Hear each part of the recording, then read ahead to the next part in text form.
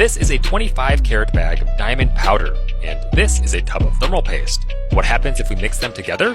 Well, diamonds have incredible thermal conductivity. In fact, based on purity, they can transfer heat up to 5 times better than metals like copper and silver. So if we mix diamond powder into our thermal paste, can we improve our PC's performance? For context, plain old thermal paste keeps our CPU at around 49 degrees Celsius, so let's keep an eye on this top left line graph to see if there's any difference with the diamonds. And under load, our CPU temperature barely budges at all until it settles at 46 degrees Celsius. That's 3 degrees colder in the short term. Maybe diamonds are our PC's best friend.